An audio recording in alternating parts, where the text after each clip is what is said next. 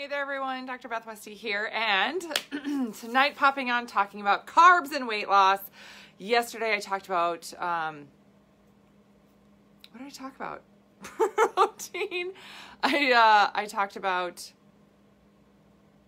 was it protein and weight loss?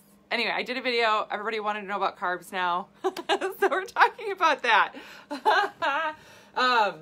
Talking about getting enough carb in your system and what this really means for women. Yes, I got all excited about what I'm talking about tonight that I couldn't remember yesterday exactly. That's okay, right? It's you know, I'm blaming the pandemic, virus, quarantine life. Every world kind of blends together sometimes, right? Sometimes I'm like, what day is it? What month is it? What's happening? I don't know. It's fine. We're fine. We're fine. We're going to talk about this because this is something you can track and see real progress with and notice more energy, feel better, all the things when you're doing this right. So, all right, carbs and weight loss. This is something, you know, when I was looking at everything, you know, yesterday and, you know, talking about really getting the system to burn fat, one of the things I know for a lot of people that's really frustrating for women, right? I'm a women's health expert. That's who I work with. I work with women. One of the things that gets to be really frustrating is getting the right response in our system, getting things to work, getting to feel like, oh my gosh, is my body working? Is my body doing what it's supposed to do? Is this happening? Like, why aren't these things working for me, right? So when we're trying a tactic or trying something, belly buster, that's what I talked about yesterday. So if you missed that video, go back and watch it. It's a good one. And I do talk a lot about protein in that. But we're trying something, or we try to add something or shift something or change something, and we're like, oh my gosh, I did this before and it really, really worked. Why isn't this working now? I feel like my body's rebelling against me and I just can't get it to do what it's supposed to do. And sometimes we will try tactics that either are not the right tactic for our system, are meaning maybe we have a thyroid issue or something else going on that's going to counteract what we're trying to do here, right? Maybe you have a different hormonal issue going on, stress issue going on, all of these other things that are going to impact, you know, your results. Yesterday I talked a lot about, listen, if you're going to implement a tactic, it's never going to be just one thing that gets you your results. It's not just one magic thing. It's not one magic supplement ever. It is not one magic thing, right? It is a combination of things, right? It's all these pieces to a puzzle to get your system functioning better so you feel better, so your results start to process along. You know, it's not about, again, I don't care what pill it is, what supplement it is, what the fancy thing is, your health is cumulative, your results are cumulative, it matters, right? So using techniques like this, or, you know, the belly buster that I talked about yesterday, again, great, super fantastic, but it's part of a bigger picture of what you're working on. It is part of everything else. You can't just implement, you know, oh, look at this, I'm going to do this carb thing. I'm going to do this carb thing, and it's going to be so great, and I'm going to feel good and amazing forever. No, right? And a lot of things in terms of research, studies, all that stuff, it works, they're doing it on men. So it's completely different than the female body anyway. And it depends on whether or not you have a cycle or you're in perimenopause or menopause, because your body's going to respond different then too, if you're under stress. All the things that we get to track. Oh, hi. Okay, I did keto for 5 years. Worked for 2. Now I'm reversing all the damage. 51 going through menopause. Yes, had to go on thyroid. Yep, thyroid meds. Feel better, but not quite there yet. Yes, still need help. Yeah, absolutely. This is exactly what I'm talking about. A lot of women will have damage to their system, damage to their endocrine system specifically because of doing a restrictive diet. And keto is a restrictive diet. You're restricting carbs. That's never a good thing for the female body. The female body perceives any type of restriction as a stressor, and it will shift things in your body to slow your metabolism, all these other things. A lot of times thyroid is a piece of that, because thyroid is in charge of your metabolism, and thyroid, you know, is a gland, right? Part of your endocrine system, endocrine gland, you know, hormones, all that. Okay. So yes, so this is exactly what I'm talking about here. So I'm going to talk about carbs, this piece here, and really talk about women who are active. So if you are if you are looking for guidance on this, if you're looking for something specific, the 12-week group that I do, the 12-week challenge group that I do, it is full for July. We don't even start till next week, but it has been full for a little bit. So if you're really looking for guidance, there is a way to work with me. I only have a couple of slots left to work one-on-one with me, but there is a link in the comments that you can check it out to learn more about what that would look like, about a customized protocol for you. But when we're looking at something like this and carbs, a lot of times women will say, oh my gosh, my hormones changed, I'm under stress, something happens, I want to lose weight, and I want there to be a result. And everybody's doing this keto thing. Everybody's cutting out carbs, cutting down carbs, all that stuff. And it seems to work fantastic. And 3 weeks later, they're getting a result. But in reality, what happens for women is that it does a lot of damage to your system, really hard on your stress levels, things like that. And it will cause you to feel like garbage a few weeks in, and then if you can keep going with it, fine, but a lot of women quit at that point. But from there, it's really hard on your hormonal system, right? The male body, totally different story. Totally different story. The female body has a hard time with it. It's very damaging on our endocrine system. So women will go on keto, right? And I always talk about the tortoise and the hare. Yes, are you familiar? Isn't that an Aesop fable? Yes? Yes? Tortoise and the hare, right? The hare is like, oh, I'm totally going to beat you, right? To the tortoise. And he's like, let's race. And tortoise is like, okay, here we go. Meh, meh. So they start in the starting line, right? Off to the races. You know, gun goes off. They start.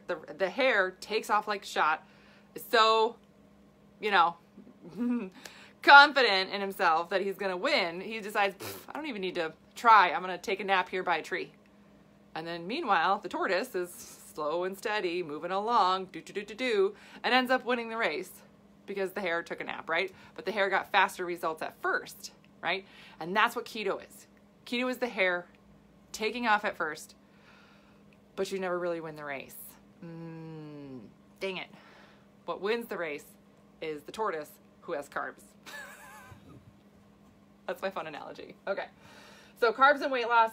But again, a lot of women will cut out carbs and they'll be working out and wanting to make a result and wanting to have things happen, and it just doesn't happen. They feel like garbage. They end up not only struggling for the time being, but then they end up gaining weight after they stop, you know, and they start eating carbs again. They gain weight, they gain even more weight, and then they can't take that weight off.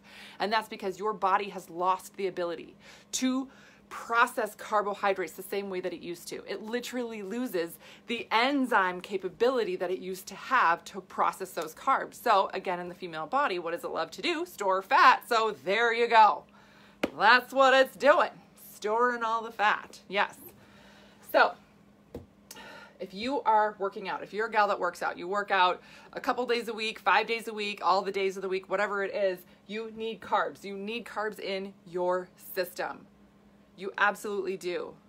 Women have a harder time getting energy from the glycogen in our muscle tissue.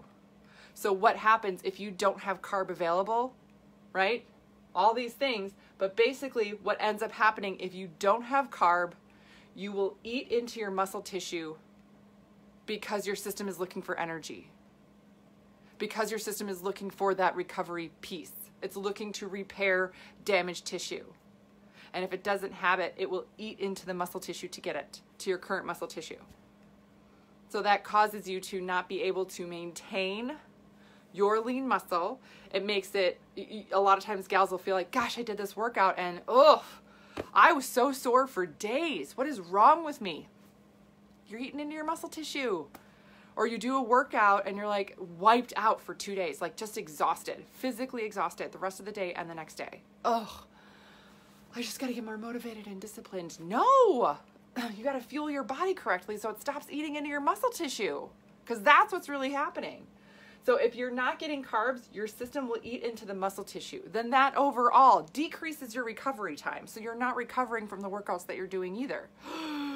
Ooh, whose stress is going up just listening to this? Right? Yes. So overall, if you're not getting carbs, you will also increase cortisol. This is on top of all this too. Your overall cortisol response will increase. Your body's stress response. And you might be saying, well, I'm not that stressed. And isn't exercise supposed to decrease stress? No. It is not. Exercise increases your endorphins, so you feel good. Great, great, super great. But if you're really pushing yourself, it's going to increase cortisol. And if you don't have carbs, it's going to increase the cortisol even more, which, boom, causes you to eat into your muscle tissue too.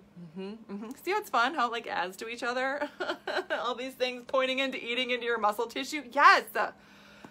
Again, this is going to cause you to store more fat, and it's burning your muscle, burning protein for energy. This also encourages, right? If you're not getting carbs, it encourages your system to use to start storing what they call intramuscle fat storage. So this is not just storage, like wherever. Like this is like you're getting a tire around your midsection, and you're gonna feel like, well, I feel like I've got muscle in there, but I've got all this fat here too. What the heck? Intramuscular fat storage. Your body is literally using every place it can to store fat because there's no carb, it's stressed out, and it's having terrible recovery with it. Yes. Marjorie's saying I had bilateral hip replacement 3 years ago, but I do weight training 5 days a week and 45 minutes of cardio daily. Yep, so that's a lot. Yep. And if you're not eating to fuel your system for that amount of activity, it's going to be really hard to recover, and your system's not going to have a good time doing that. Yeah, it's very specific nutrition designed around your activity level to make sure your system is having good recovery and not getting into that muscle tissue, not getting too stressed out. So, carbs, what's the solution? What's the answer? So here's the thing. Women who are in perimenopause and menopause also process carbohydrates differently, and you need to make sure you have a good balance of simple and complex. Simple being fruits, things like that. Complex being, potatoes, sweet potatoes, rice, quinoa, all that stuff. So it's not one or the other all the time. I know people talk about, don't eat fruit. Oh, it's bad. No. Like berries, apples, pears, right? Oranges, fine. Those are fine. Those are low glycemic. Low glycemic, that's totally fine. Plus, it's a good way to keep carb in your system.